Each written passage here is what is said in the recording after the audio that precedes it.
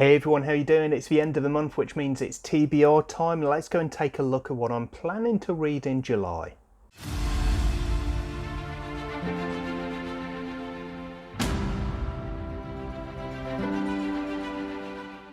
So I've put myself together a mostly digital TBR for July. As usual, I'll have a few books that I'm really planning to read that I've kind of committed to. And then of course there'll be my MB or my might be read aspect as well, which is basically me just mood reading through the rest of the month once I've got past those commitment reads. So I'm going to start off with a couple of ongoing commitments. First of all, in July I'm going to be continuing my read through of The Expanse by James S.A. Corey. My book bestie Nina and myself have been buddy reading this series, and we're going to get through to its completion in a couple of months. We're up to book 7 in July, which is Persepolis Rising. Book 6 I really enjoyed. It was very different. It felt like it was kind of a transition between two story arcs basically, so it kind of wrapped up the previous storyline and now it's heralding the start essentially of a new one, and I'm really excited to see what that's going to be all about, where it's going to take us, what the characters are going to do and go through and so forth. So yeah, really looking forward to that. I've been enjoying my audiobook journey through The Expanse, and yeah, we've got 3 books left on that one. 4 I guess if we decide to continue with Memories Legion, which is I think is it short stories, novellas, a combination, I'm not quite sure, but we haven't discussed that or made therefore a decision on it as yet. But Persepolis Rising book 7 is going to be one of my audiobooks for July. Another audiobook is a commitment to myself. I've been reading Emanesca by Bengali, and although I didn't have the best of times with book 3 in the series, Dead Stars Part 1, you'll find out more about that in my wrap-up coming along on the channel in a few days' time. I decided to commit to continuing and reading book 4 in July because I feel like if I leave it, it'll probably just get left indefinitely, and that seems a waste where it's a series I've been enjoying overall, and also it's just the one book left. So I'm going to read Dead Stars Part 2 on audiobook in July. Again, it's one I've been having a great time in general with the narration. I'm really enjoying the narrator himself, Stephen Cree. I love his voice for this type of story, for this kind of epic fantasy. It just really fits very well for me. And yeah, as I said, I didn't have the best of times with book 3, but I want to continue to tick off the series as a completion and to see if hopefully book 4 can kind of erase some of what happened for me in book 3. So hopefully it'll be better. We'll be back to the kind of the heights that we had with book 1, The Written, and book 2, Pale Kings. I really enjoyed both of those, but yeah, book 3, Dead Stars Part 1 was just a bit of a drop in quality for me, and we'll see and hope of course that book 4 can bring it back up. So after that I'm continuing with my SPFBO9 read. So in case you've missed it, I'm judging again as part of Team Bookborn for phase 1 of SPFBO9. As usual, when I talk about SPFBO, I'll leave some links in the box below the video, just giving you some detail on what SPFBO is and where you can find out more information on the competition. So again, I'm splitting my reads. I've got 6 that I've had allocated to me, and I'm going to split them between the 3 months. So I read 2 in June, I've got 2 for July, and then I'll finish off with the remaining 2 in August. So the 2 that I've selected this month, I'll start off with Ask Fees by Rebecca Schmid.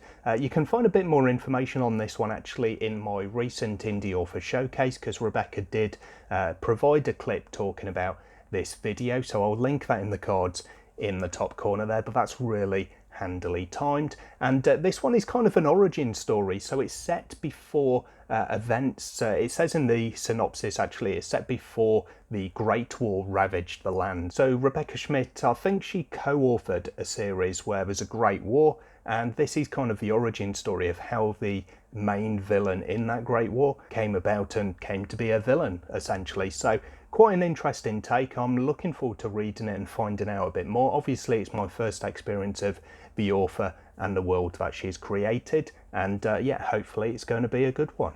And then I've got Unfamiliar Territory by R. Lindsay Carter. This one's actually the shortest one that I've got on my plan. It's about 330 pages. Ask Hafiz at 507 pages is actually the second shortest I've got on my list for the month. So as usual, some chonkers in my reading plan. So with this one, again, it sounds quite an interesting one. I was really interested when looking through and picking out books to request to be part of my allocation. I was really intrigued by this one. The main character, Clarissa I think her name is a bounty hunter, but she's a bounty hunter with a secret, which is she's not exactly human, it says. So people don't know about this. She's trying to keep it away from people because she'll get persecuted and various other things, I guess. Basically her world is going to be blown apart by the events of this story. Things are going to get a lot more interesting, the synopsis says. So looking forward to it. I do quite like a bounty hunter story now and then. I don't tend to read too many of them in fantasy, but if they're done right, they can be really enjoyable, and I'm hoping that's what I'm going to get with this one. And then, depending of course on what the TBR jar throws out for me in a minute, I've got my only physical read of July, or at least the only one that I've got a physical copy of. I'm going to be reading Ascendant by Michael R. Miller. This is book 1 in his Songs of Chaos, and it's quite nicely timed, this one, because book 3, Defiant, comes out in July. So if I enjoy this one, I've got 2 more books to come and they'll both be available to me. I was originally planning on reading this one in August. It's part of my self-published collection for my reading goals. So I've got 10 self-published books that I want to read for the year, this being one of them. So I'd planned it for August, but then when I did my video recently about my reading plans and having a mid-year check-in on where I was with those, my friend Patrick Ryan did contact me about this one and said that he's looking to read it as well. Should we buddy read it?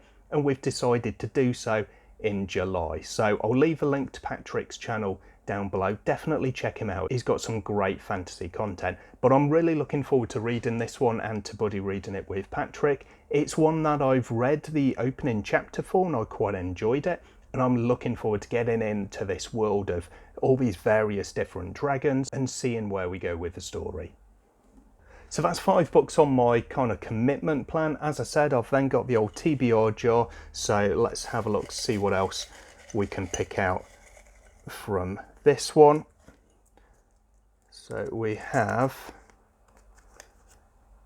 Islas Reached. So if you bear with me a moment, I'll just go and get that. So Islas Reached by Francisca Liliana is a beautiful book that I've only recently received, which is why it was across the room on my desk in a book haul pile. So I'm excited to read this one. It's always nice when you get something new and then pick it out of the TBR jar quite early on. It's not going to be sitting around waiting to be read for too long. It does sound pretty cool as well. One catastrophe is all it takes. The world of Iona has forgotten the time when dragons ruled the skies and their Viden riders controlled the wind.